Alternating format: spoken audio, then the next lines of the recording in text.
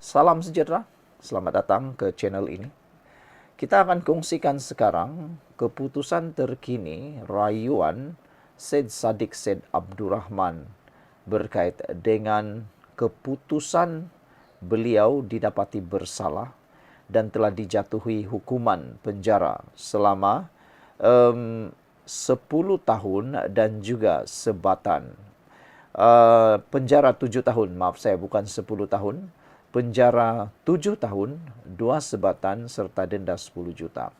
Nasib Syed Saddiq Syed Abdurrahman kini berada di hujung tanduk. Yang lebih pelik dan lebih kesian lagi ialah sekarang ini Syed Saddiq Syed Abdurrahman terkenal di media-media sosial, khususnya seakan adanya jalan romantik. Tak tahulah mereka bercinta atau tidak, tetapi ada babak-babak romantik antara seorang artis. Jadi ada yang memberikan kata-kata perangsang kepada Syed Saddiq Syed Abdurrahman supaya dia menang.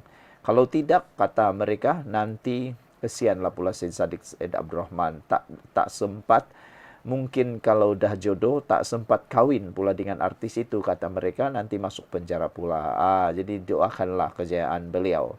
Sebelum kita teruskan ulasan kali ini, jangan lupa bagi mereka yang ada masalah kencing manis, gout, dan tinggi darah, saya kongsikan kepada Anda. Saya tak jual, saya hanya kongsikan kepada Anda karena sudah ramai yang mencobanya dan sudah membelinya dengan harga yang sangat murah sekarang ini, promosi sepanjang raya. Obat gout, tinggi darah, kencing manis, tekan butang produk yang ada dalam video ini. Beli sekarang karena harganya sangat murah dan sudah ramai yang menggunakannya. Sudah banyak testimoni yang luar biasa dan mereka kata dapat digunakan untuk payung sebelum hujan, persediaan sebelum raya nanti. Tak rugilah kan, coba melabur dalam lebih kurang dalam beberapa puluh ringgit. Kita pun tak tahu, mana tahu itu jalannya untuk Anda sembuh. Keputusan rayuan sabitan hukuman Syed Saddiq Syed Abdurrahman akan diketahui esok. Pendengaran rayuan ahli Parlimen Muar Syed Saddiq Syed Abdurrahman terhadap sabitan dan hukuman 4 pertuduhan berkaitan dana angkatan bersatu anak muda armada yang dihadapinya akan didengar esok di Mahkamah Rayuan di sini. Sebelum ini, Syed Saddiq, 32 tahun, dalam satu kenyataannya memaklumkan akan memulakan proses rayuan selepas menerima penghakiman bertulis daripada Mahkamah Tinggi Kuala Lumpur. Sehubungan itu, Syed Saddiq berkata beliau telah mengarahkan pasukan peguamnya, Datuk Muhammad Yusuf Zainal Abidin dan Datuk Hisam Teh Pok Tek, untuk segera melengkapkan rayuan tersebut. Terdahulu dalam penghakiman yang dikeluarkan pada 28 November tahun lalu, Mahkamah Tinggi berpendapat tindakan Syed Saddiq mengarahkan pengeluaran wang 1 juta ringgit tanpa kelulusan Majlis Pimpinan Tertinggi Presiden Parti Pribumi Bersatu Malaysia merupakan satu kesalahan pecah amanah. Selain itu, Mahkamah turut berpendapat tindakan tertuduh menyimpan dan membahagikan wang tunai yang dikeluarkan tanpa disimpan di suatu tempat yang selamat di Pejabat Angkatan Bersatu Anak Muda juga menimbulkan satu inferens niat jahat. Pada 9 November 2023, Mahkamah Tinggi menjatuhkan hukuman penjara 7 tahun dan 2 sebatan serta denda 10 juta ringgit ke atas Syed Saddiq selepas beliau didapati bersalah atas 4 pertuduhan tersebut.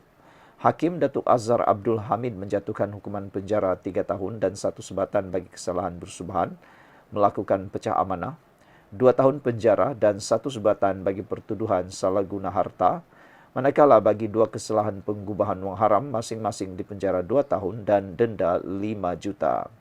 Jika gagal membayar denda, Syed Saddiq boleh dipenjara 4 tahun. Bagaimanapun, pada 9 November 2023, Hakim Azhar membenarkan Syed Saddiq menangguhkan pelaksanaan semua hukuman manakala syarat jaminan dikekalkan sementara menunggu rayuan di Mahkamah Rayuan.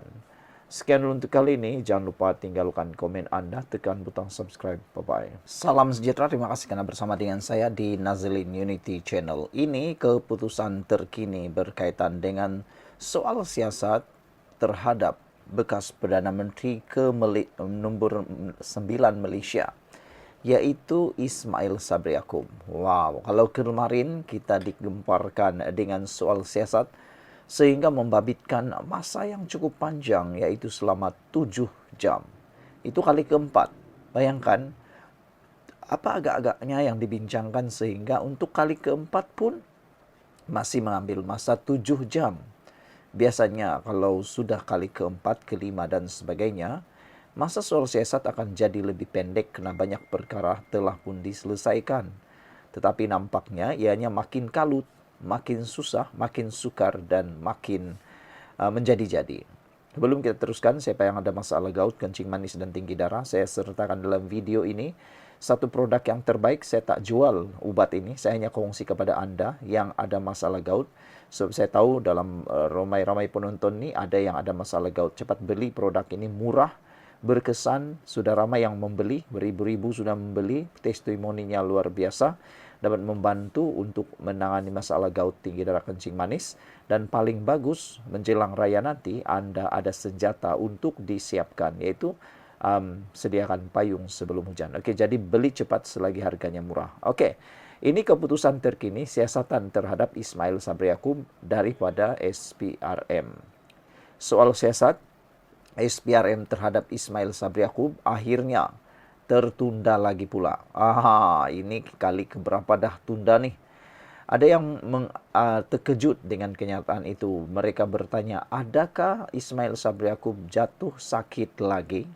Itulah yang menjadi permainan dalam minda para penyokong ataupun pengikut politik Malaysia. Dan lebih teruk lagi karena mereka cuba meramalkan apa sebenarnya alasan kali ini Ismail Sabri Yaakob tertunda pula. Adakah SPRM yang menunda atau Ismail Sabri Yaakob yang menunda? Penundaan ini sebenarnya satu cara untuk mungkin dapat berehat atau mencari sesuatu. Kita pun tak tahulah kan. Tapi yang pentingnya ialah penundaan ini akan menyebabkan lebih panjangnya masa untuk sesuatu siasatan. Lebih baik dipercepatkan supaya orang kata terlepas sudahlah beban di bahu. Soal siasat berkait dengan mantan Perdana Menteri Ismail Sabri Yaakob yang sepatutnya diteruskan hari ini tertunda sekali lagi. Ismail yang juga ahli Parlimen Beras sepatutnya memberikan keterangan buat kali kelima hari ini, tetapi ia telah ditunda ke esok. Media memetik sumber yang mengesahkan Ismail Sabri tidak akan memberikan keterangan hari ini tetapi akan memberikan keterangan esok, tetapi tidak pasti berkenan waktu.